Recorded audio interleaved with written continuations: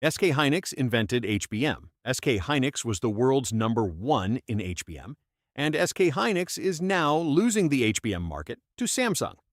If you own Samsung or SK Hynix stock, or you're sitting on the sidelines wondering if the semiconductor rebound is real, this is the one signal you cannot afford to miss. SK Hynix's share of the global HBM market, 59% in 2025, 48% this year, and according to UBS, just 39% next year. Samsung, a company that barely registered in HBM a few years ago, is projected to hit 41% next year and take the number one spot.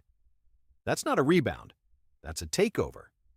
Money is moving, and it's moving in the exact opposite direction most people assume. Today, I'm going to show you why. So why does this video matter to you? Because right now, most people are treating semiconductors are rebounding as one big story. Everybody wins, everybody rides the wave up together. But inside that wave, a much bigger story is happening.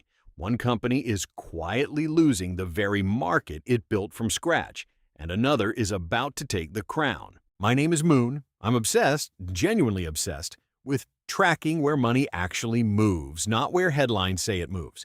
If you've ever looked at a semiconductor stock and thought it's all going up anyway, why overthink it? And then got stuck holding the wrong name. This video is for you. Hit subscribe, and if this helps you see the board more clearly, drop a like. It genuinely helps this channel keep doing this kind of digging. All right, let's break the assumption almost everyone walks in with. HBM belongs to SK Hynix. That's the assumption. And honestly, it's not wrong. Historically, SK Hynix invented HBM in 2013, while the company was actually losing money and poured enormous capital into a single bet. They were the first to supply nvidia.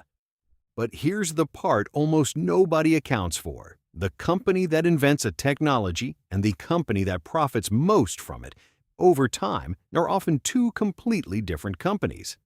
This is a pattern that has repeated across semiconductor history over and over again.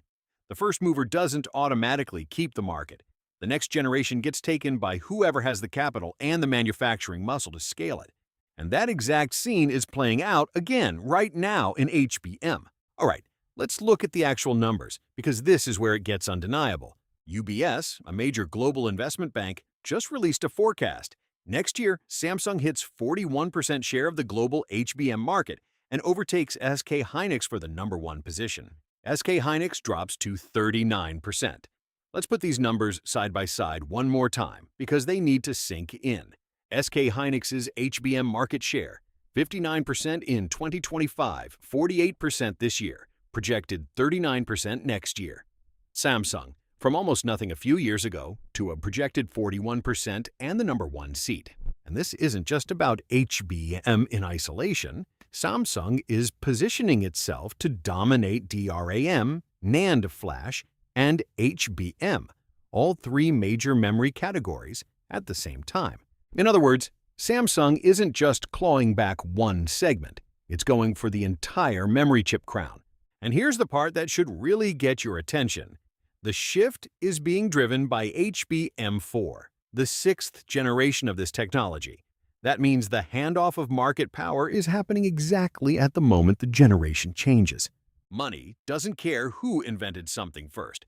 Money only asks one question: who can produce the next generation faster, cheaper, and at greater scale? Right now, that answer is tilting towards Samsung.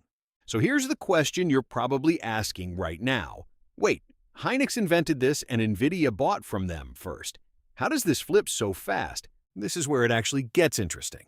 The semiconductor market resets every generation. It's musical chairs. Sitting in a chair this round doesn't guarantee you a seat in the next one. When the music stops, everyone sprints again. Every generational shift comes down to two things: yield, how reliably you can mass produce the new technology without failure, and capital, how fast and how big you can build out that production line. Samsung already had overwhelming production infrastructure in DRAM and NAND, long before HBM became the story. And the better the overall memory market gets, the more that infrastructure gap works in Samsung's favor. The moment a generational shift like HBM4 arrives, all of that stacked up manufacturing scale suddenly becomes visible, and it hits like a wave. Now flip this around psychologically for a second. People call this just a semiconductor rebound because they're watching the whole sector recover together as one group. But underneath that shared recovery, the winners are already being decided. In a recovering market, the gap between the strongest player and the weakest player doesn't shrink, it widens. That's the part almost nobody is watching for. Now here's the risk piece nobody talks about enough.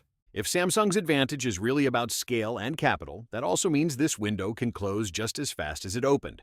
A supply hiccup, a yield problem on Samsung's side, or a faster-than-expected Hynix recovery could shift the numbers again.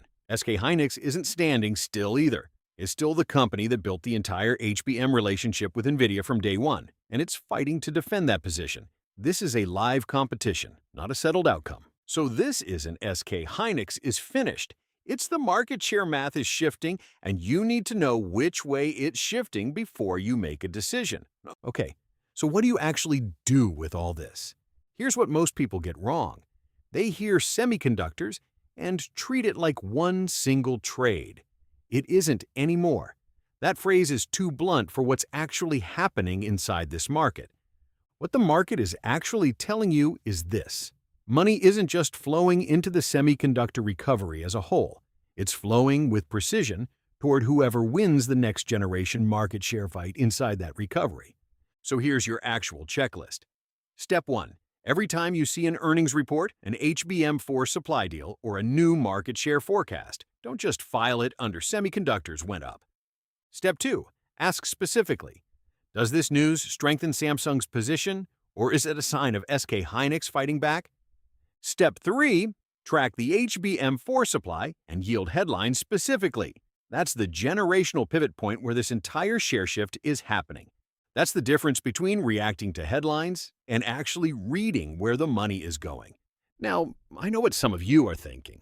Okay, Moon, isn't this just one bank's forecast? UBS could be wrong. Fair point. And it's true, forecasts can be wrong. But this isn't one number from one report standing alone. It's a multi-year trend line, 59 to 48 to a projected 39, moving in one consistent direction across multiple sources. And Samsung's infrastructure advantage in DRAM and NAND isn't a forecast. That's already built, already running, already proven.